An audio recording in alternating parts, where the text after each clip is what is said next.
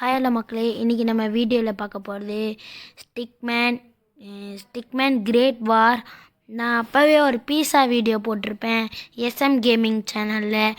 கொஞ்சம் சப்போர்ட் கொடுங்க கேட்டிருப்பேன். அதனால் கொஞ்சம் சப்போர்ட் கொடுத்தீங்கன்னா நல்லாயிருக்கும்.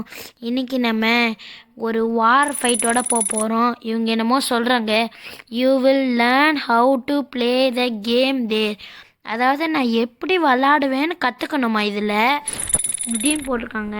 நெக்ஸ்ட் என்ன போட்டிருக்காங்கன்னா, move your fighter with joystick, try move closer to என்பிசின்னு என்னது கைஸ்?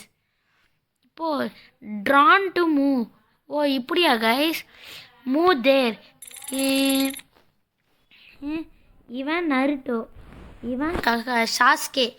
சாரி கைஸ், நீங்கள் நருட்டோ ஃபேனாக இருந்தீங்கன்னா மறக்காமல் லைக் பண்ணிட்டு போயிருங்க.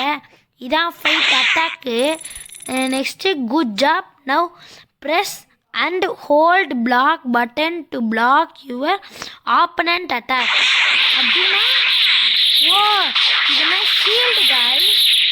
This is dash, a skill to move forward a short distance real fast அப்படின்னு போட்டிருக்கு. நெக்ஸ்ட் என்னதுன்னா, it will be very useful to approach the opponent faster or used between combo. எனக்கே இங்கிலீஷ் படிக்க தெரில கைஸ், எப்படியோ கஷ்டப்பட்டு படித்தேன். இது என்னன்னா, ஓ இது ஃபாஸ்டா? Great. Now press and hold charge button to charge your மானானா என்னது கைஸ்? ஓ பவர் ஏற்றுறதா? பவர் ஏற்றுறது எத்தனை கைஸ் படிக்க சொல்லுவாங்க? இது என்னது கைஸ்? இது இன்னொன்று ஸ்கில்லு.